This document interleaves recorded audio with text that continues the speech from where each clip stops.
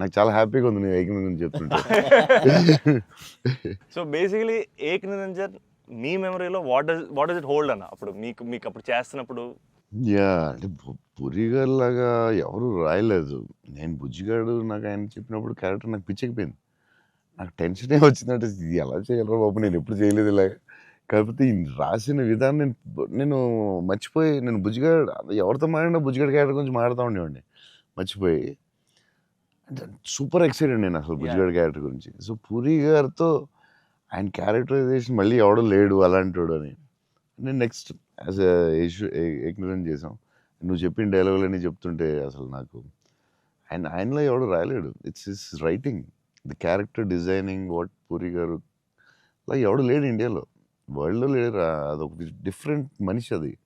ఆ క్యారెక్టర్ ఆయనే రాయగలడు, మళ్ళీ రాయకపోయినా ఆయనే ఎవడో ఇమిటేట్ చేయలేడు. సో నువ్వు అంత స్ట్రాంగ్ డైలాగ్ ఒక యాక్టర్ చెప్తే న్యాచురల్గా వచ్చేస్తుంది అంతే. మీరు దాంట్లో సోను సూద్ దగ్గరికి వెళ్ళినప్పుడు కూడా సూపర్ ఉంటుంది. ఎవరైనా కొట్టారంటే సార్ ఐఎమ్ చోటు, నేనే సార్ కొట్టాను. నాకు ఏకనిరంజన్లో చాలా ఫేవరెట్ ఏంటంటే ఏడుస్తూ ఉంటాడు కదా, ఏంటి మగవాళ్ళు ఏడుస్తారా అంటే ఎవడన్నా ఏడుస్తాడు.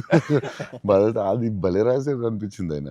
అది నువ్వు అన్న డైలాగ్ లైక్ విలన్ డైలాగ్స్ కూడా చాలా బాగుంటాయి ఆ సినిమా.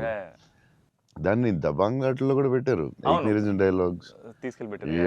సోను సూద్ ఫోన్ చేసి పూరి గారికి can I use it in ఒక హిందీ ఫిల్మ్లో యూజ్ చేస్తారంటే ఈయన కూల్ కదా చేసుకోమన్నారు. దబాంగ్లో కూడా పెట్టాడు హీరో, అది ఎవర్రా విలన్ వాడే సేమ్ సోను సూద్ గారు చెప్పినట్టు. సేమ్ సోను సూద్ ఆయన ఫోన్ చేసి అడిగి పెట్టాడు. ఆయనలో ఎవడు రాయలేడు అంతే, ఇంకంతే. ఆచి చికెన్ మసాలా